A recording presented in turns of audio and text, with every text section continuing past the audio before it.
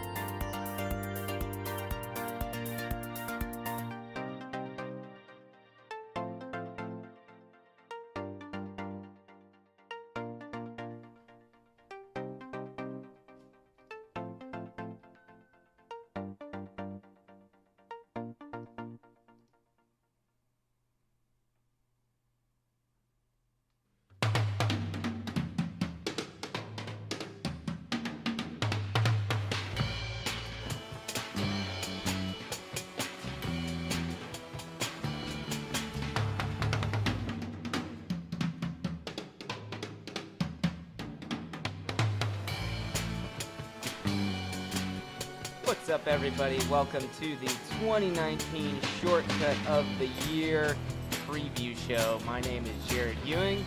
I'm going to take you through this setup here. We're going to learn about some fun shortcuts and see which one of these shortcuts made it onto the bracket for the 2019 Shortcut of the Year running. We're going to be doing this all month, trying to narrow down these 64. Now, if you're used to using Final Cut Pro 10, you know there are hundreds of keyboard shortcuts in there.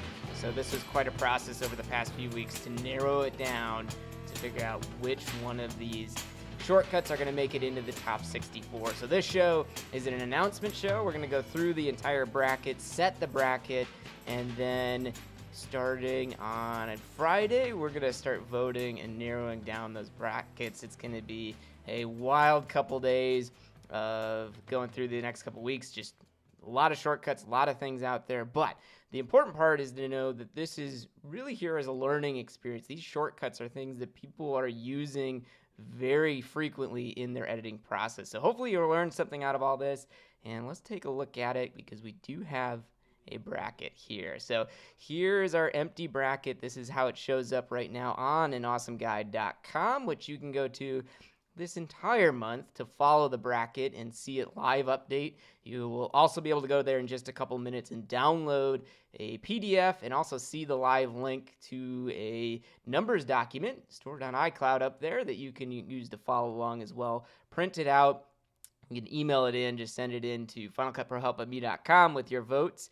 Get that in before the first round starts. But let's go through this bracket and take a look at it. Here's how I've broken it up. You might notice there's a couple black lines dividing some of the sections there on the left and the right. So the first category at the top left are the editing and organizing keyboard shortcuts. Only a few organizing. Most of them are editing. And these are labels that are given to these shortcuts by Apple. If you go into the keyboard editor and want to customize the commands, the command editor actually categorizes all those keyboard shortcuts, and that's how these categories were determined. Some categories have a lot more shortcuts in it, like editing. Makes sense. There's a lot going on there. So that's the first category. The next category is Windows. We then have marking, tools, the view keyboard shortcuts, application-based keyboards, some general ones that don't fit in the other categories, keyboard shortcuts you would use while adding or editing effects, and then a huge category in the lower right quadrant down here for playback and navigation. Obviously, a lot of working with video is playing back that video, reviewing it, navigating it, so that's a big category here. So let's go down into it. We're going to start with the editing and organizing category. We have a whole bunch of shortcuts in this category. 16 made it. So let's see the first two. As you may expect, some of the biggest keyboard shortcuts in any application. Command-C for copy is going to go up against Command-V for paste in the first round. So that'll be one of the first ones we vote for. Obviously, some major shortcuts showing up there.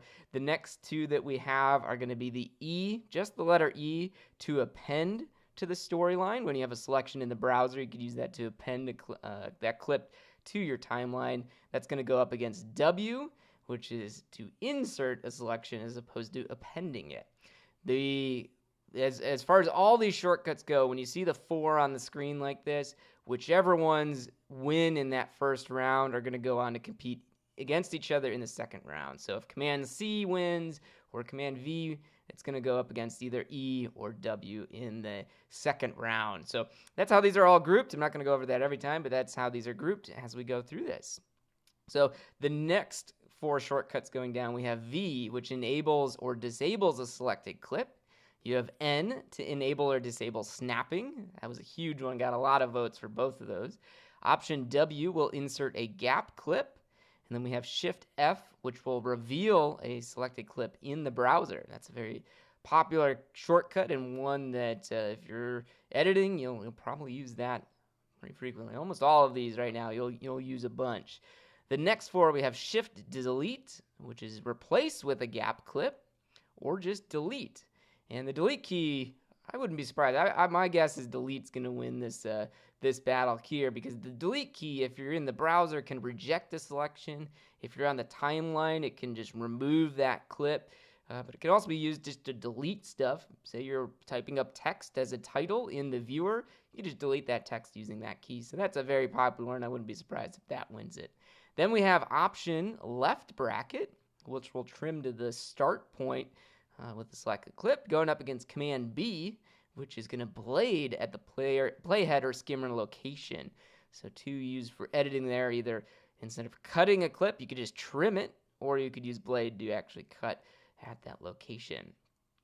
The next 2 here, E in editing and organizing. This is a big category. We have Shift Period, which is going to nudge a selection, an edit point, anything to the right 10 frames.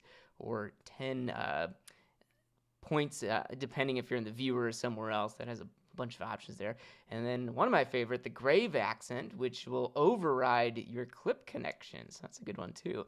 I was glad that made it on to the top 64. Then we have Shift Command G, which when you have a selected item, that's going to break apart selected clip items, going up against Option Command down arrow, which will override that selection down to the primary storyline. So those are the 16 shortcuts that make it into the editing and organizing categories, and that's how this first quadrant of the bracket shows up. So you can see those 16, and then like I said, as they go down, just like a normal bracket style, they will compete in those different rounds. You can see at the top, the schedule is up there for when those votes are going to happen. So through March 15th through the 21st, watch your Instagram feed at Final Cut Pro Help. That's where the voting is going to be. And yeah, you can cast your votes on there. Definitely do that. You can also email your votes in using finalcutprohelp@me.com or at Final Cut Pro Help on any of the other social channels. But definitely Instagram is going to be where you want to vote, because you'll actually be able to see how everyone else is voting and which way it's swaying after you cast your vote. So definitely do that on there.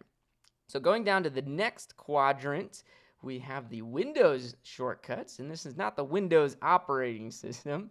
These are basically, most of them are showing or hiding a specific window. For example, Command 4 shows or hides the inspector area of the interface.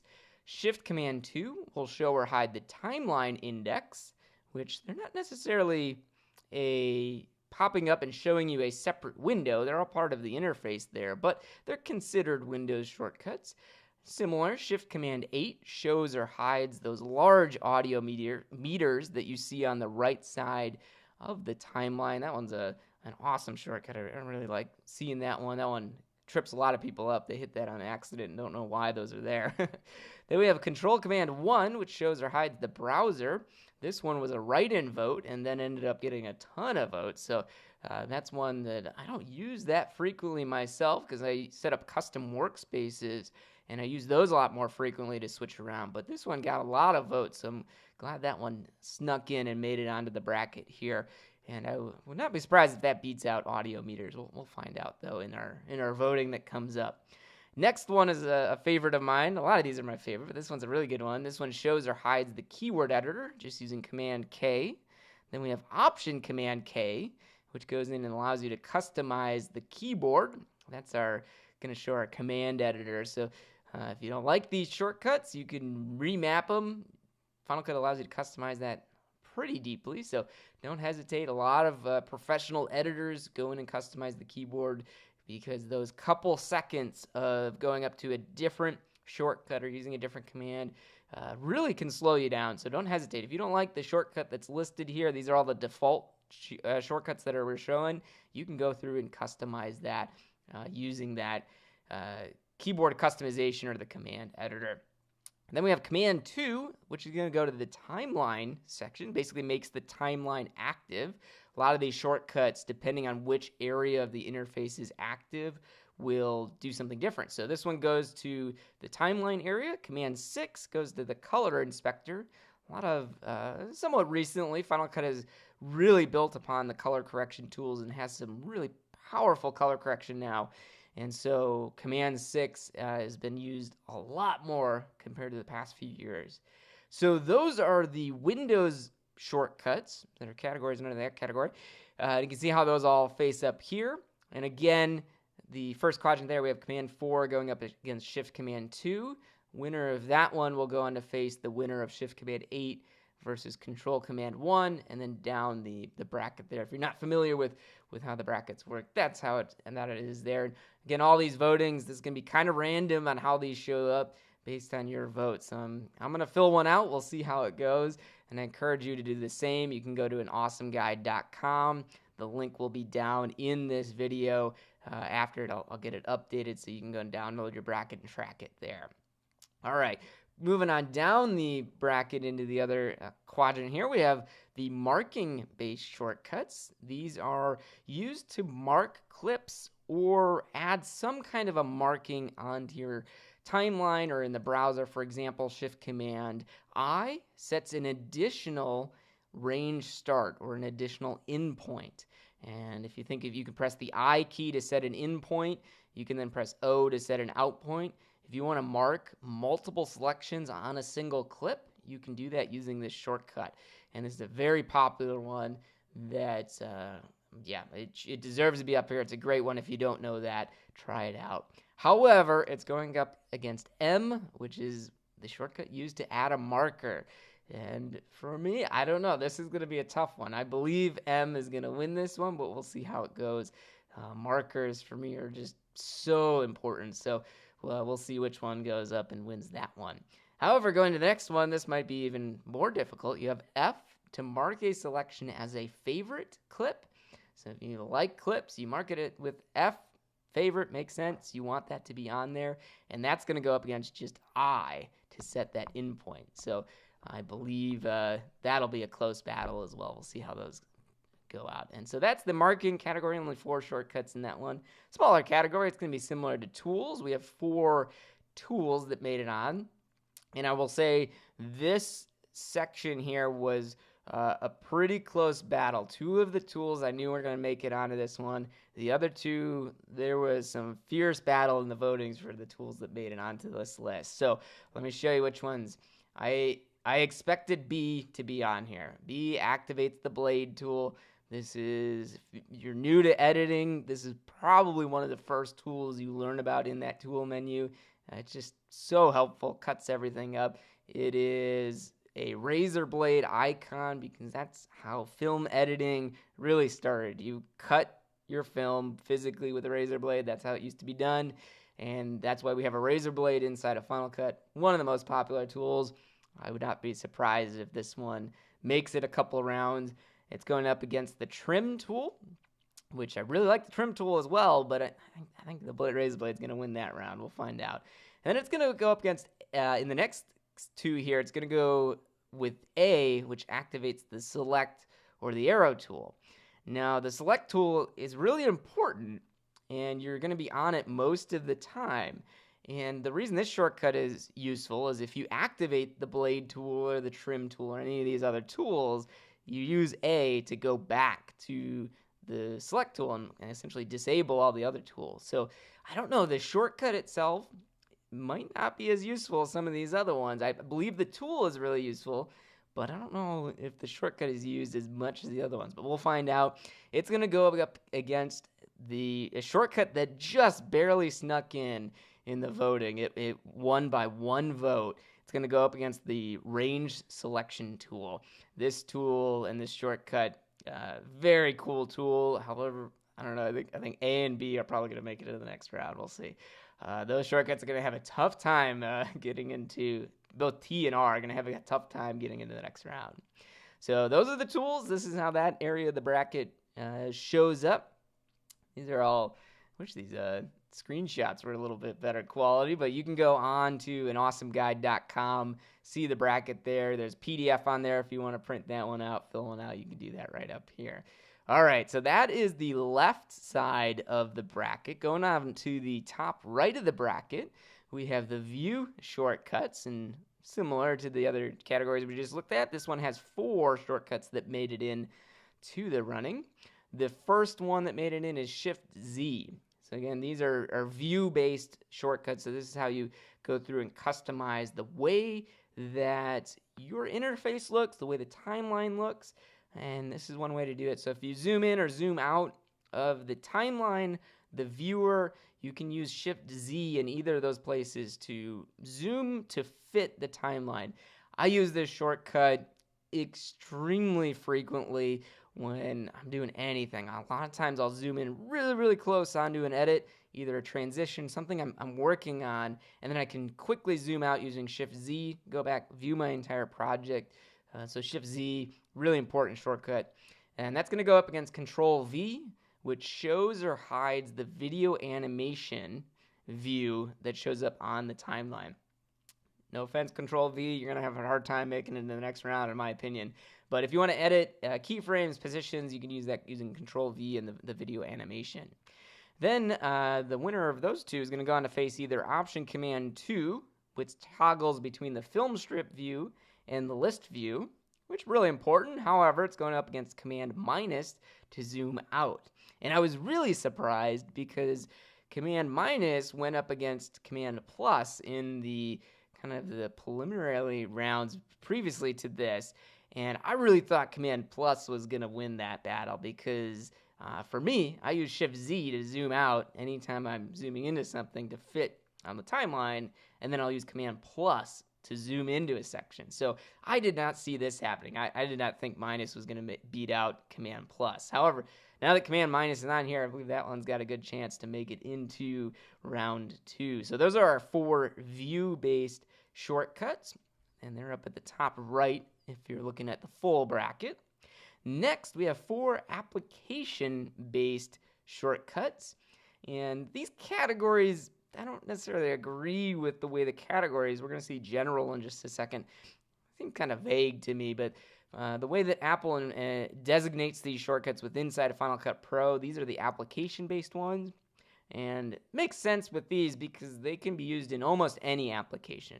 The first one, probably a contender for the Final Cut 4 or even getting up to the Final 8, we'll see. But the first one is Command Z, which undoes something. And as an editor, we like to try things out, right? So as you're going through, you do something, you don't like it, you hit Command Z a whole bunch of times, undo those last things. Or you hit some weird shortcut, it does something that you didn't want it to do. Command Z or Edit Undo gets you back. So that's the next shortcut on there. I wouldn't be surprised. That's going to be a pretty popular one. And it's probably going to make it on to round 2. It's going up against Option Command K, which you can use to customize the keyboard and make changes to it. Next, we have Command Comma, which opens up the preferences. And again, these are application-based. That works in just about any application. So if you want to customize some of the preferences, you can use that one. However, it's going up against Command Q, which I thought was funny that this one was so popular. This one beat out the one it was going up against by just extreme amount. I think it had over 80% vote in the shortcut it was going up against to quit Final Cut. So as editors, we love to edit, but we're always happy when we're finished, right? So we can use Command Q to quit out of that. So those are the application-based keyboard shortcuts that show up there. Next, we have ones that have been designated as general shortcuts that I guess didn't fit into another category, and I'm surprised by some of these, especially this first one, which is Command I, which will bring up the Import Media window. I don't know why this isn't designated as a Windows shortcut, but it's not. So we got Command I there going up against Shift Command R. Shift Command R reveals a selection in the Finder. Both really great shortcuts, but I think Command I is a more popular one as far as helpful. Everyone's trying to import media. Then we have Control R, which will render a selection. And I love background rendering. I've been seeing some debates online about background rendering because I think a recent update caused some issues with rendering. But if you don't have background rendering, you can make a selection, and use Control R to render that selection. And that's great, right? But it's going up against Control Shift R, which will render everything. So do you like to render a selection, or you want to render all? We'll find out between those two. All right, and then that's our general area there. Then we're going down to effects. We have one more category after that, so we're getting towards the end here. Effects. We have a couple effects-based shortcuts. Some of these I was really surprised were popular shortcuts, but I guess everyone's using Shift B to blade speed and make blade speed changes, which this actually, if you ever see speed changes where you're quickly ramping up and things are getting faster and faster and faster, or slower and slower and slower, Shift B is how you can do that pretty easily. So that one I did not expect in my initial kind of research. I wasn't expecting that one to be voted in, but it did get in, and it's going to go up against Command R, which shows or hides the retime editor. So both speed-based effects shortcuts there. We'll see how those fare in the next round. And then we have Shift Command V, very popular one. This one pastes attributes. And I can't tell you how much time this shortcut has saved me in editing. So It's a really great shortcut. If you're not using it, check it out. Do some research on that one. It's going to go up, though, against Command T, which adds the default transition. So what do you like? You like those attributes, or you like a transition? We'll see on that one. And that's the effects category. And then we have one more category, which is a very large one. This one has 16 different ones, and it's our playback and navigation-based shortcuts. So how you get around a timeline in the interface is what this area and what these shortcuts are all about. So let's take a look at this one. The first one, we have J, which is play reverse. If you're a J, K, and L editor, you use those 3 keys to navigate around very frequently. So J, this is going to be a fierce battle. It's going to go up against L to play forward. Do you like rewinding very quickly, or you like playing forward?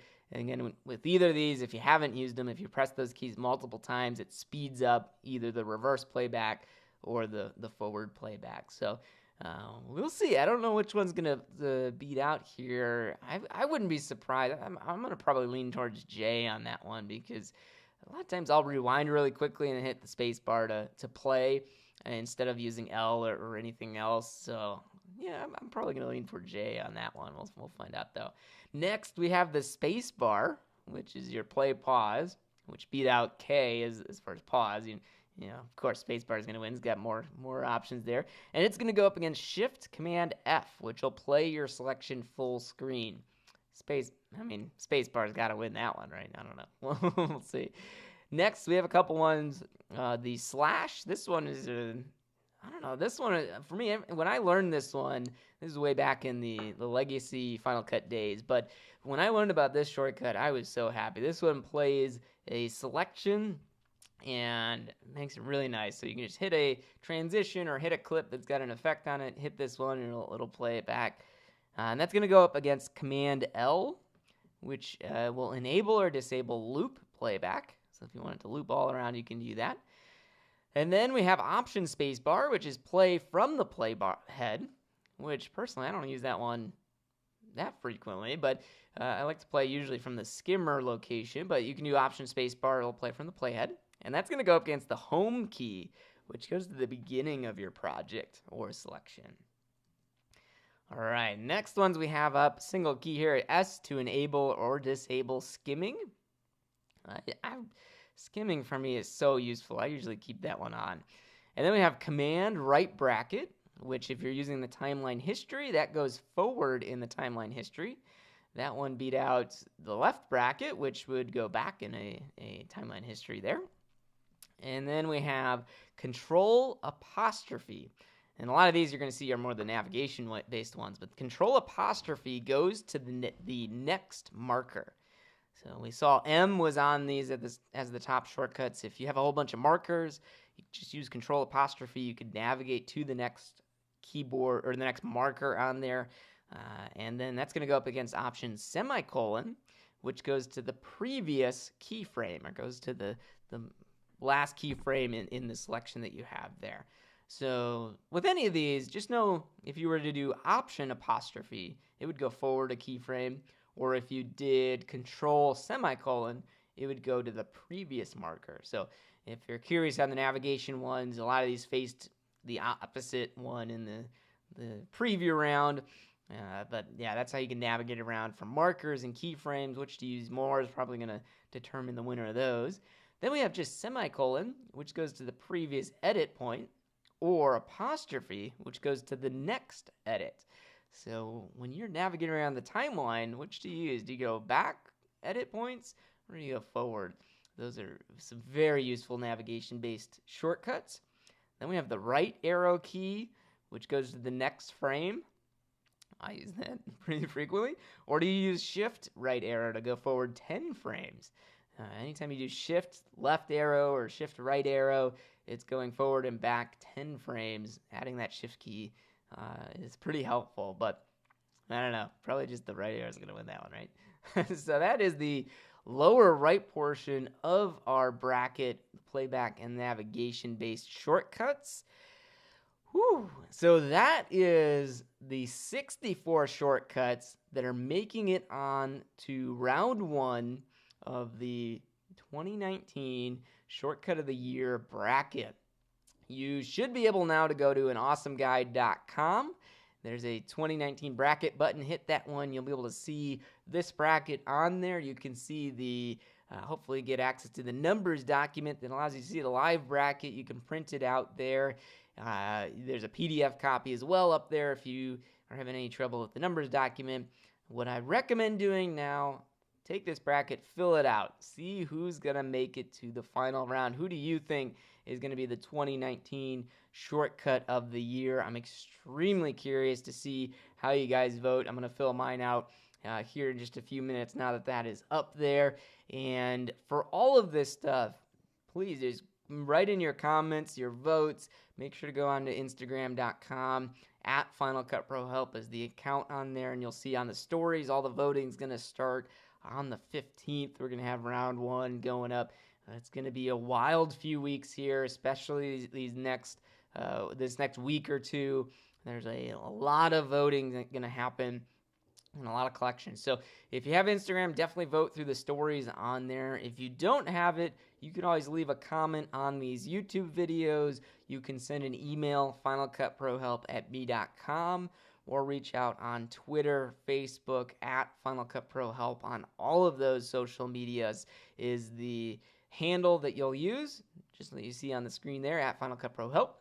So definitely write in. I'm curious, what shortcuts do you find the most useful? And if you're wondering why I'm doing this to find these shortcuts, keyboard shortcuts for many editors is really what takes their editing process and speeds it up. It makes them more efficient, and many of these keyboard shortcuts is actually how I discovered features inside of Final Cut. I didn't know you could do a lot of what these shortcuts can do. So understanding which ones you should learn out of the hundreds that are out there. Hopefully the 64 that you see on here, definitely ones you should start learning. And again, if that's too many, just hang out for a couple rounds. You'll see which ones start making it up towards that final four shortcuts, Final Cut 4. We'll see how those turn up, and I'm really curious to see how it goes. So cast your votes. Make sure to tune in onto these shows. There is on an awesome guide. You'll see the schedule there of when each of these rounds. You'll see it on the bracket as well.